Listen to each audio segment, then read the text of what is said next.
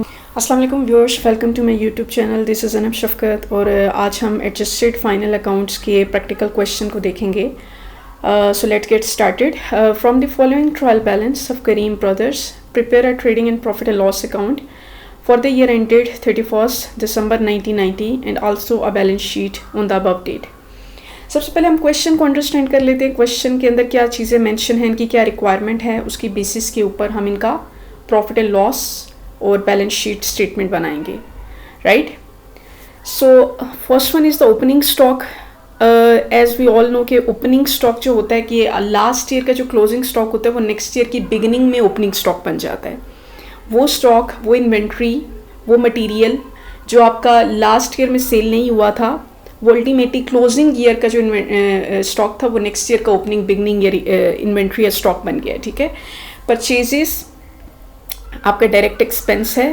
अच्छा, सबसे पहले तो मैं ये पता होना चाहिए कि डायरेक्ट और इनडायरेक्ट एक्सपेंस में क्या फ़र्क होता है, क्योंकि इनडायरेक्ट और डायरेक्ट एक्सपेंस को हम प्रॉफिट एंड लॉस के अंदर ट्रीट कर रहे होते हैं। डायरेक्ट एक्सपेंसेस वो एक्सपेंसेस होते हैं जो आपकी प्रोडक्शन या manufacturing of goods of services से बिलोंग कर रहे होते हैं। यानी जो प्रोडक्शन के एक्सपेंसेस होते हैं वो बेसिकली आपके डायरेक्ट एक्सपेंस होते हैं, और आफ्टर प्रोडक्शन जो इनडायरेक्ट नेचर के एक्सपेंसेस होते हैं वो बेसिकली आपके इनडायरेक्ट एक्सपेंस होते हैं। तो इसकी डिस्टिंग्विश डिफरेंस पता होना आपको क्यों ज़रूरी है, क्योंकि ग्रॉस प्रॉफिट फाइंड आउट करने से पहले जितने भी एक्सपेंसेस को आप डिडक्ट कर रहे होते हैं वो डायरेक्ट नेचर के एक्सपेंसेस होते हैं, उसमें कोई भी इनडायरेक्ट एक्सपेंस आप शामिल नहीं करते, राइट। तो इस वजह से आपको ये डिस्टिंग्विश डिफरेंस पता होना चाहिए कि what is difference between the direct and indirect expense. Purchases आपका डायरेक्ट एक्सपेंस है, सेल्स आपकी डायरेक्ट रेवेन्यू है जो ग्रॉस प्रॉफिट फाइंड आउट करने से पहले कैलकुलेट की जाती है। कैपिटल ये आपकी शेयर होल्डर इक्विटी में के पार्ट में आएगा। ड्राइंग्स वी ऑल नो कि ड्राइंग्स जो होती हैं वो ऑनर जब बिजनेस से पर्सनल यूज़ के लिए मनी विड्रॉ करता है, we call it drawings. Furniture is your non current asset और is a long term asset.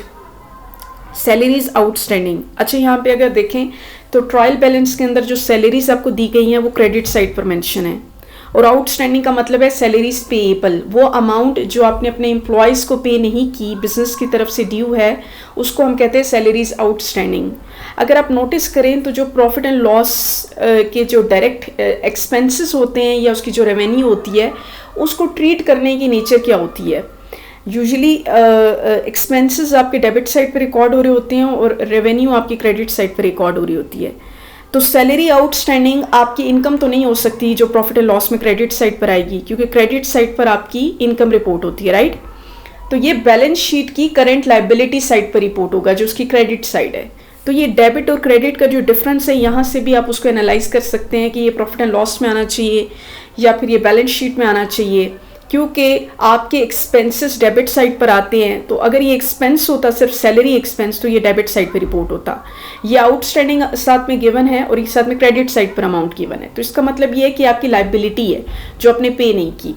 Debtors 33,600 ये आपके करंट एसेट्स में आएंगे।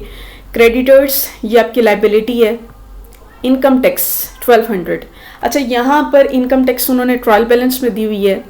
इनकम टैक्स बेसिकली एक अगर आपकी एडजस्टमेंट में गिवन हो तो उसकी दो ट्रीटमेंट होती हैं, यानी कि एक तो वो आपके नेट प्रॉफिट में से डिडक्ट हो रही होती है, दूसरा आपके शेयर होल्डर इक्विटी पार्ट में कैपिटल में से डिडक्ट हो रही होती है।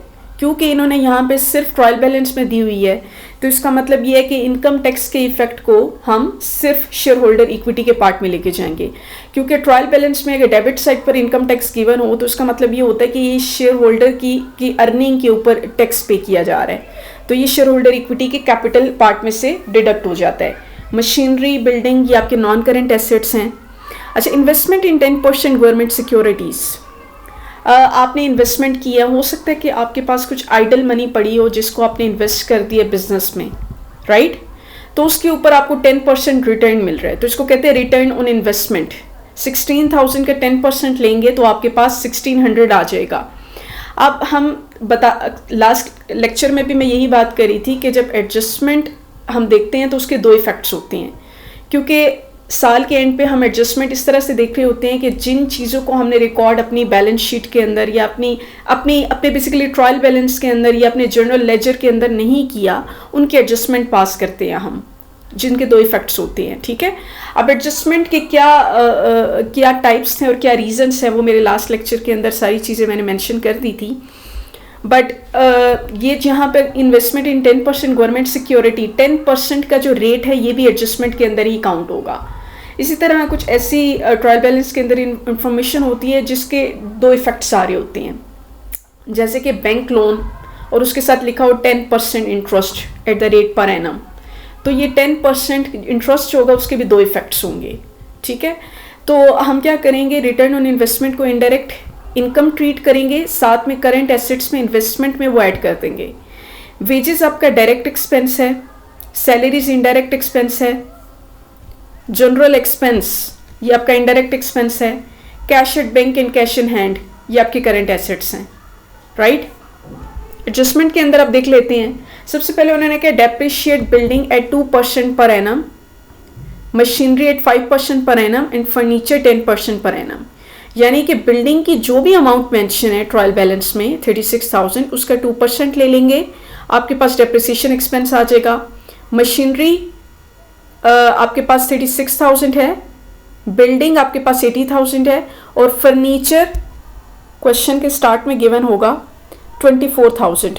इनका 5, 10 और 2% लेके डेप्रिसिएशन एक्सपेंस कैलकुलेट कर देंगे। तो ये डेप्रिसिएशन एक्सपेंस एक तरफ आपके प्रॉफिट एंड लॉस में आएगा, दूसरी तरफ आपके नॉन करेंट एसेट की वैल्यू को डिक्रीज कर देगा। हम कहते हैं ना कि डेप्रिसिएशन क्या होती है कि आपके एसेट की वैल्यू को रिड्यूस करती है over it's useful life, right. Provide for doubtful debt at the rate 5% and for discount at the rate 5% on sundry debtors. अब हमने करना क्या, इसका डाउटफुल डेट क्या होता है। डाउटफुल डेट बेसिकली ये होता है कि हमें डाउट है कि हमें कस्टमर की तरफ से फ्यूचर की कोई अमाउंट मिले या नहीं मिले, उसकी प्रोबेबिलिटी होती है ना मिलने की ज़्यादा, ठीक है, तब हम डाउटफुल डेट की प्रोविजन क्रिएट करते हैं, राइट। एक होते हैं बैड डेट्स और एक होते हैं doubtful debt. Bad debts irrecoverable money होती है जो रिकवर नहीं हो सकती अपने आपके डेटर्स से।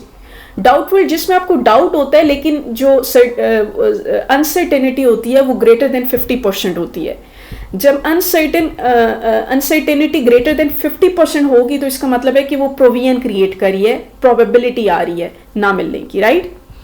तो हम डेटर का 5% कैलकुलेट करेंगे, हमारे पास प्रोविजन फॉर डाउटफुल डेट आ जाएगी। तो इसको एक तरफ हम प्रॉफिट एंड लॉस के अंदर ट्रीट करेंगे एज एन एक्सपेंस, दूसरी तरफ हम डेटर्स में से उस अमाउंट को 5% के रेट को अप्लाई करते हुए वो अमाउंट माइनस कर देंगे। तो हमारे पास जो नेट डेटर्स आएंगे उसके बाद क्या करेंगे, discount 5% on sundry debtors. Remaining जो अमाउंट होगी डिडक्ट करने के बाद इसको उस पे 5% डिस्काउंट का एलिमेंट अप्लाई करेंगे और देन अगेन डिडक्ट करेंगे। इसको मैं क्वेश्चन एक्सप्लेन करती हूँ। Create reserve for discount on creditors at the rate 3%।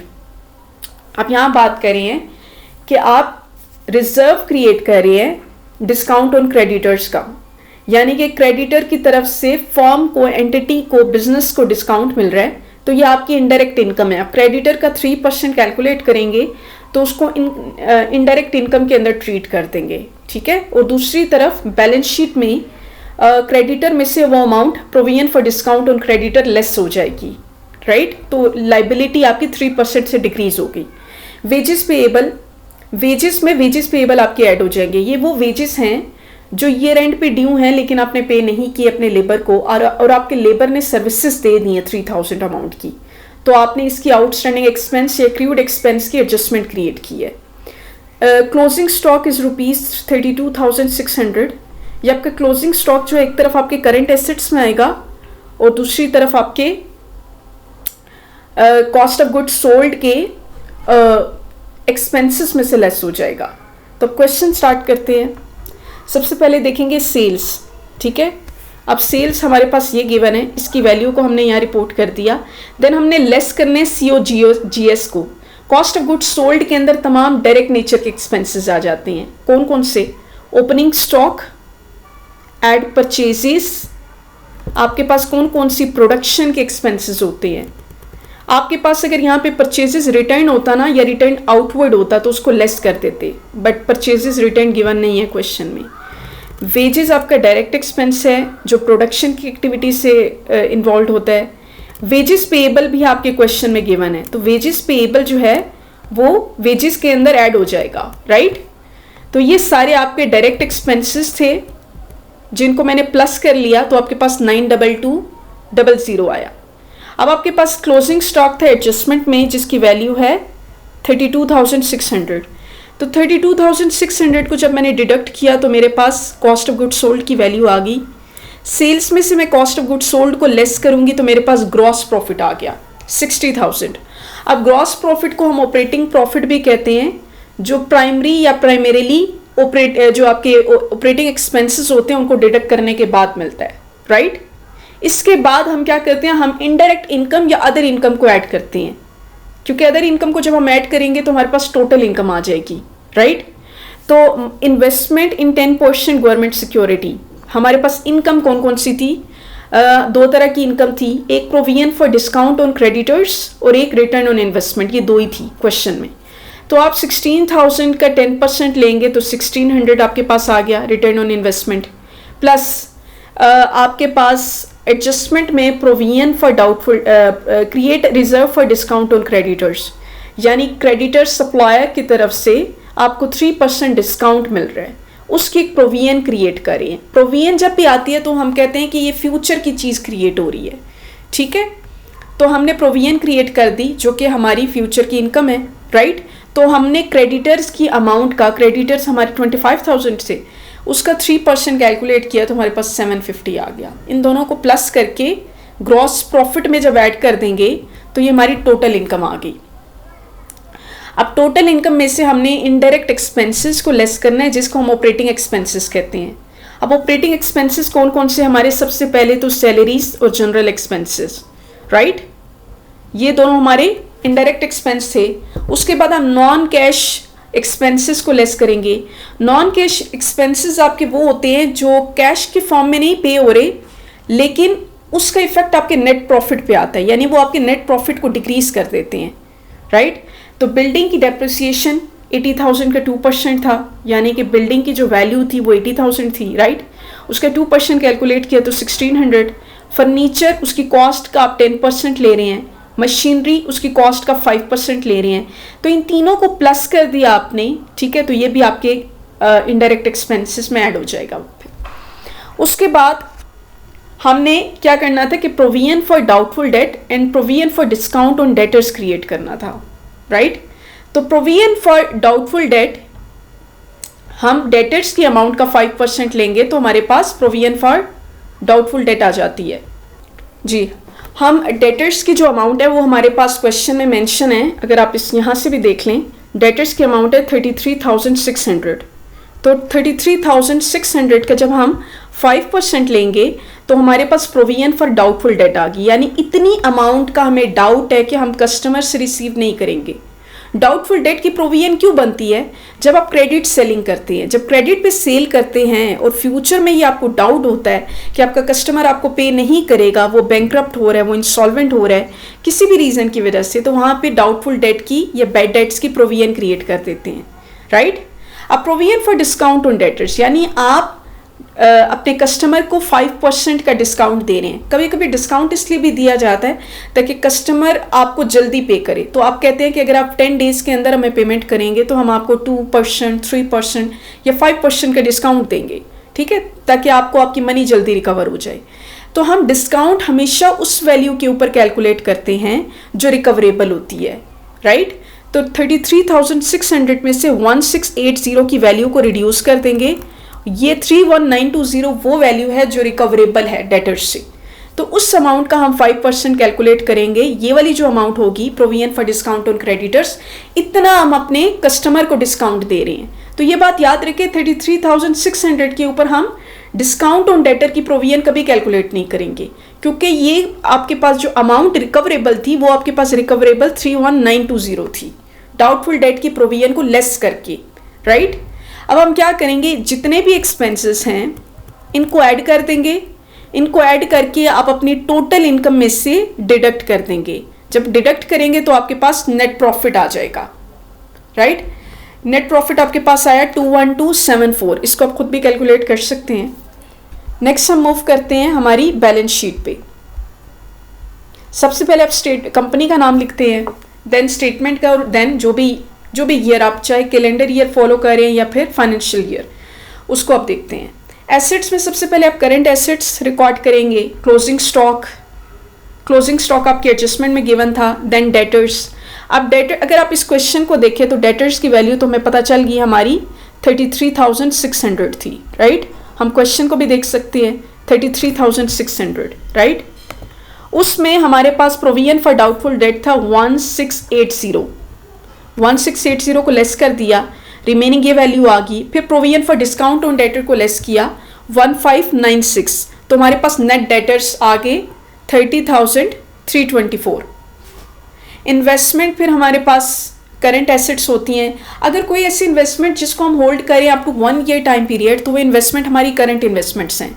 और ऐसी इन्वेस्टमेंट जिसको हम 1 ईयर से अबव टाइम पीरियड के लिए होल्ड करें, वो हमारी नॉन करंट इन्वेस्टमेंट्स हैं। तो इन्वेस्टमेंट 16,000, रिटर्न ऑन इन्वेस्टमेंट हमारे पास 10% था, तो हमने 1600 ऐड कर लिया, तो टोटल हमारे पास 17,600 आ गया। देन हमारे पास क्वेश्चन के अंदर मेंशन था cash at bank and cash in hand, ये दोनों हमारी करंट एसेट्स हैं। तो हमने क्या किया, इन तमाम को ऐड किया, तो टोटल करंट एसेट्स हमारे पास 90,524 आ गए। देन हमने नॉन करंट एसेट्स टाइटल दिया, क्योंकि हमें, अगर आप एज पर इंटरनेशनल फाइनेंशियल रिपोर्टिंग स्टैंडर्ड की बेस पे देखें, तो वो टोटल करंट एसेट्स के अमाउंट को, टोटल नॉन करंट की एसेट्स के अमाउंट को सेपरेटली बता रहे होते हैं, ताकि जो भी आपके यूजर्स हैं वो आपके देख सके कि आपकी टोटल करंट एसेट्स के अंदर कितनी इन्वेस्टमेंट है, ये नॉन करंट एसेट्स के अंदर कितनी इन्वेस्टमेंट है, उसको एनालाइज भी कर सके और उसको रेशियो पर्पस के लिए भी यूज़ कर सके। जब रेशियो का एनालिसिस करना होता है तो ये अमाउंट आपको ऑलरेडी कैलकुलेटेड चाहिए होती हैं, you don't need to calculate it, ठीक है। नॉन करंट एसेट में 3 नॉन करंट एसेट्स है, क्वेश्चन में आप देख भी सकते हैं, बिल्डिंग, फर्नीचर और मशीनरी, ठीक है। अपनी कॉस्ट में डेप्रिसिएशन एक्सपेंस को लेस किया, तो आपके पास बुक वैल्यू या कैरिंग वैल्यू, ठीक है, आपके पास एसेट्स की आ गई। इन तीनों को जब ऐड किया आपने, तो आपके पास टोटल नॉन करंट एसेट्स आ गए। टोटल करंट और नॉन करंट को ऐड करेंगे तो टोटल एसेट्स आ जाएंगे। इसी तरह अगर हम क्वेश्चन को देखें लायबिलिटी साइड को, तो एक तरफ क्वेश्चन में आपके पास थे क्रेडिटर्स, राइट जी, ये क्रेडिटर्स हैं आपके 25,000। एडजस्टमेंट में इसकी प्रोविजन क्रिएट करने का बोला गया था, क्रिएट अ प्रोविजन। मैंने आपको जैसे बताया कि एडजस्टमेंट के 2 इफेक्ट्स होते हैं, तो आपने 25,000 का 3% लेके उसकी प्रोविजन को लेस किया, उसके बाद नेट क्रेडिटर्स आ गया आपके पास। देन आपके पास क्वेश्चन के अंदर ऑलरेडी मेंशन था, मैंने आपको स्टार्टिंग में बताया था, सैलरी आउटस्टैंडिंग क्रेडिट साइड पर मेंशन है, which mean this is your current liability, right. और आपकी वेजेस पेएबल, ये भी आपकी करंट लाइबिलिटी है। इसके 2 इफेक्ट्स थे, वेजेस वो अमाउंट है जो आपने पे नहीं की, तो ये आपकी करंट लाइबिलिटी में चलेगी, ठीक है। तो टोटल आपकी करंट लाइबिलिटीज आ गई 29,850। उसके बाद हमारे पास क्वेश्चन में कोई भी नॉन करंट लाइबिलिटी नहीं है। नॉन करंट लाइबिलिटी होती है आपकी बैंक लोन, जो एक साल से ज़्यादा टाइम के लिए आपने एक्वायर किया होता है बैंक से। उसके बाद डेट इंस्ट्रूमेंट्स होते हैं, बॉन्ड या डिबेंचर के अंदर अगर आप इशू कर रहे हैं, तो वो फिर आपकी debt, long term debt instrument के अंदर आ जाते हैं। शेयर होल्डर इक्विटी में सबसे पहले कैपिटल की एक अमाउंट थी क्वेश्चन में, राइट। अगर आप क्वेश्चन को देखें, ये आपके पास 183200, इसमें आप अपना ये वाला नेट प्रॉफिट ऐड कर देंगे जो आपने कैलकुलेट किए 21274, और क्वेश्चन के अंदर मेंशन है, दोनों को प्लस करके ड्राइंग्स लेस कर देंगे और इनकम टैक्स लेस कर देंगे, तो आपके पास ये शेयर होल्डर इक्विटी आ गई। शेयर होल्डर इक्विटी और टोटल करंट लाइबिलिटी को प्लस करेंगे तो आपके पास लाइबिलिटी साइड की अमाउंट आ जाएगी। दोनों इक्वल है, तो इसका मतलब आपका आंसर करेक्ट है। Thank you so much.